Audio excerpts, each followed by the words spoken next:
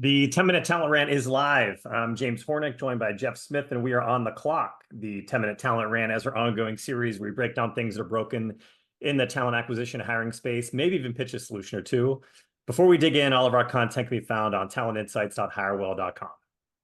This week's topic, Jeff, are you ready? Science. I actually learned, we learned a lot in the last. Learned a lot this week. Episode 91, why ghosting and boasting are never going away. And I really do mean never. So background on this a little bit. I wanted to talk about like interview chaos stories you hear on social media, people getting ghosted, whatever. They just keep like reaching new lows. I hear from people directly, like a longtime contact of mine had like 5 interviews, had 24 hours to do a whole like business plan with slide decks and presentations and analysis, got good feedback, and then heard nothing.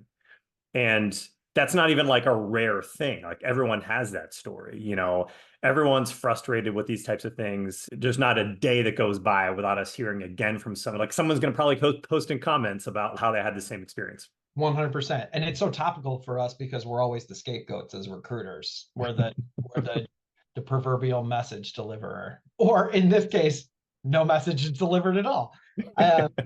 It's also the same on the flip side when we talk about boasting. When we say boasting, we're talking about those companies out there who, let's be honest, all of us like to say good things about ourselves and oneself, and it's no different than for a corporate entity. That you're so amazing. They're convinced they're doing, everyone this great grand favor by, having job openings, even, when they definitely have skeletons in their closet, or even worse, they probably kind of suck. Yeah. Why won't these issues go away, though? We've been talking about them forever. And ultimately, we're going to get into a little bit of human psychology here. They're not company problems, they're human problems. Like it literally cannot be fixed on a macro level for everyone everywhere because it's human psychology and lack of awareness that drive these things. Now, you might be thinking, James, what the hell are you talking about? Like, it's simple. Recruiters need to communicate better and stop being assholes. But if it were that simple, if it were really so simple that like people need to be more considerate, how amazing is it that like every low EQ, uncaring sociopath in the world decided to become a recruiter? Like uncanny. Everyone, they all just picked that profession. It's a good point. It's hilarious, but it's a good point.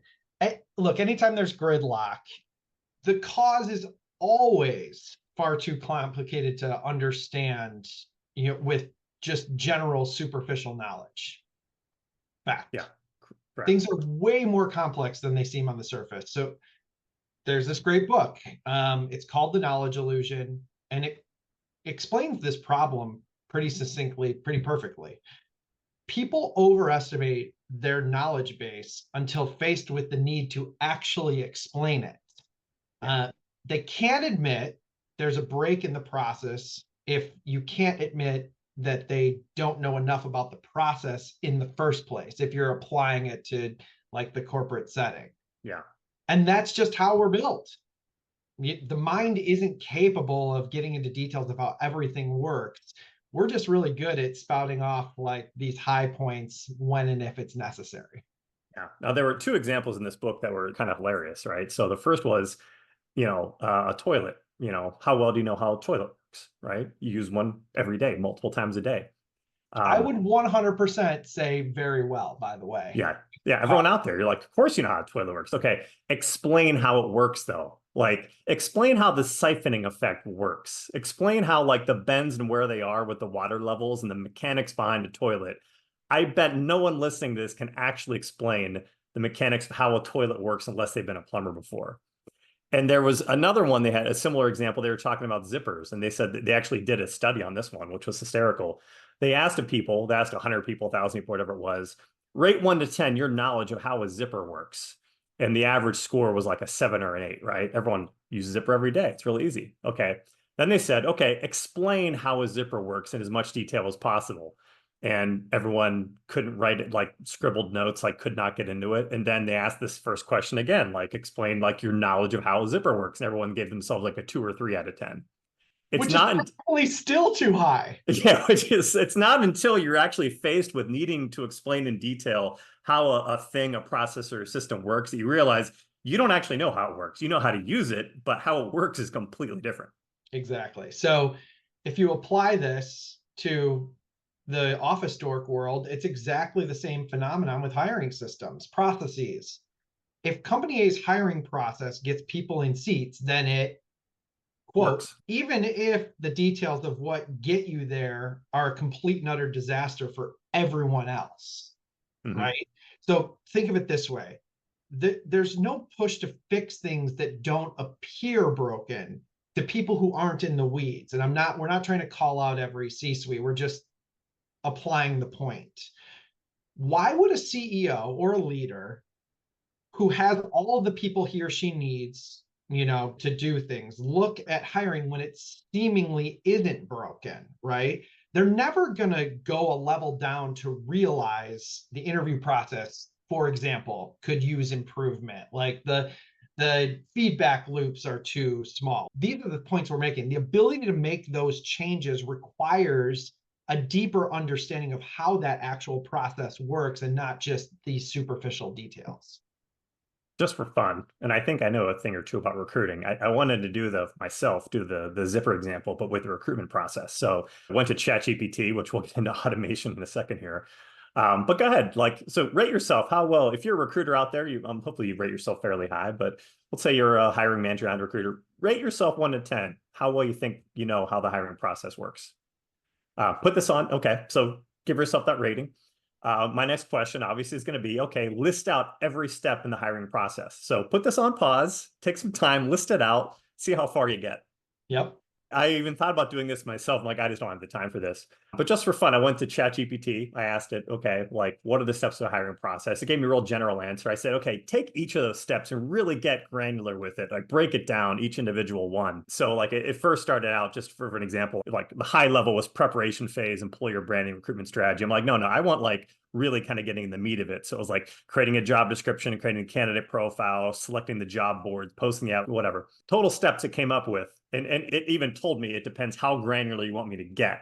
But as a baseline conservative estimate, 111 steps.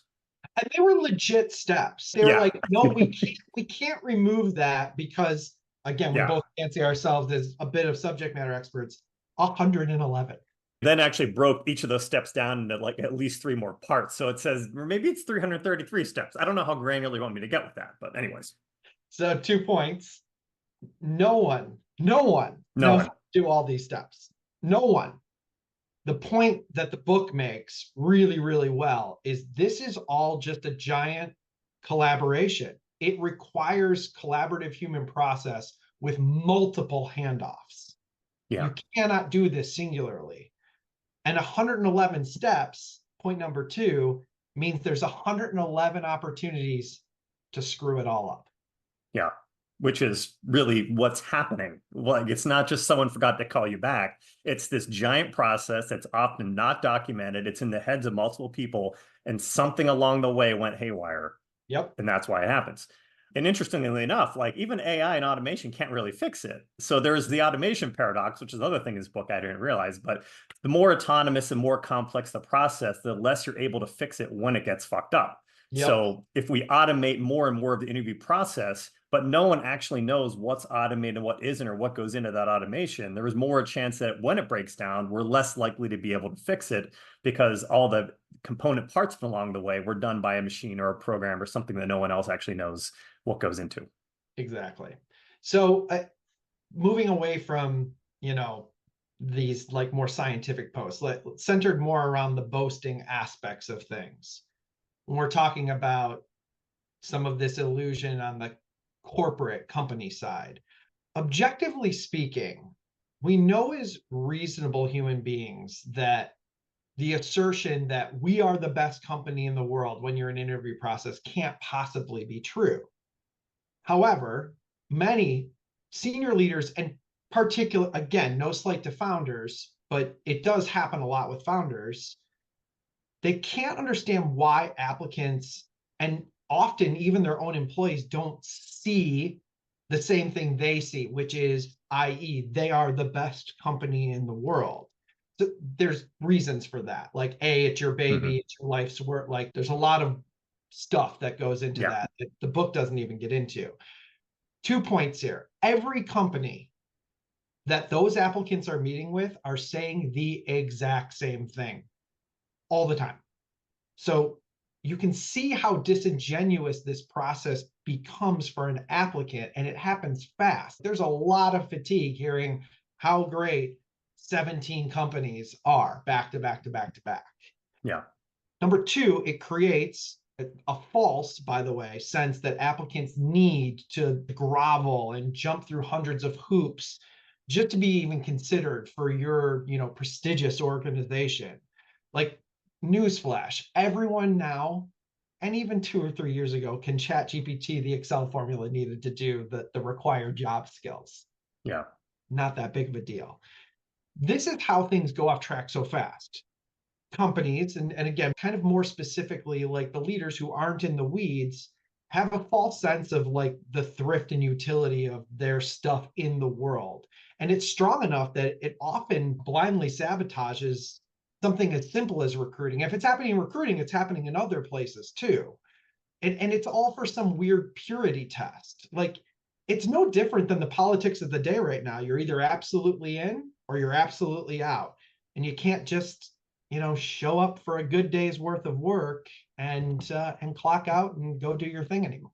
One more thought, kind of on that. Good point, Jeff, and ghosting, because these things are kind of interrelated. The only real way to fix them, and I want to say this because when I say that things aren't fixable, I don't mean they're not fixable on a macro level, but they are on a micro level. They can be changed at your company. It's like it's not fixable. It's just like having an understanding of like what's going on in here. You have to have a top-down process or top-down initiative to mandate a new process. The C-suite just wants butts and seats. That's why butts are getting in the seats, but everything else is a train wreck. But if they say, we want butts and seats, and we want you to follow up with every candidate within 24 hours of the interview, if that's actually the plan that's put in place, a new process will be created that will mandate that. And those metrics are tracked. The urgency has to be there. I guess that kind of leads us to takeaways here. For sure. Every single person who is a hiring leader was, is, and will again at some point most likely be a job seeker or an applicant again, more or less. Mm-hmm. If everyone who got ghosted and dealt with these shitty interview processes took it upon themselves to just say, you know what, the next company I go to, I'm never going to let this happen. Poof, the whole thing goes away overnight. Every company would provide this amazing candidate experience, and we'd be out of all of this. So see how easy that was? Not so easy in application. Projection by definition is a defense mechanism. So you have to look at it that way versus like this character trait or behavior. Main takeaway for me with the book was we are all prone to it. Everyone. Yeah. No matter how good you are at self-identifying your strengths and weaknesses. Self-awareness is the root of all of these issues. And to your point, at scale, it is just not solvable. We're wired this way. What you can do is acknowledge it and move towards mitigating those negative effects at the best you can. To your point, the micro level, at your company level. You have to kind of will this stuff to happen and consistently reinforce to, again, limit those negative effects on your processes. Yeah. And in order to create a ghost and boast free process, companies, they have to understand the downside. There's downsides to how they treat people. Mm-hmm. Like that's kind of the core thing. And if they realize that, even if they might not realize they're doing it, but if they realize that's it, do unto others, like you were saying, if you've been burned, take it upon yourself at your company to make sure that's not something that's happening there, aside from the goal of getting people in the door to actually work at your firm. And then again, it's just top down, like execs need to mandate, how they want people to be treated through the process, take an interest in how that is, make sure there's metrics set to kind of track that, make sure that is part of the process, not just like a negative externality or whatever of the process. Yeah. Again, none of this can be solved, industry-wide, thus the title of today's show, because every company has its own closed system. Right. But there are companies who don't do this already. Not every company goes to boast. There are companies that have already done this. Whether or not they realize they're doing it or not, they've done a great job. So you probably don't hear about them because they're doing what they're supposed to. So be one of those companies. There it is. We are short on clock. That is a wrap for this week. Thanks for tuning in the 10-Minute Talent Rant, part of the Talent Insights series, which is always available for replay on talentinsights.hirewell.com, as well as YouTube, Apple Podcasts, Google Podcasts, Spotify, and Amazon. Jeff, thanks again as always. Everyone out there, see you soon.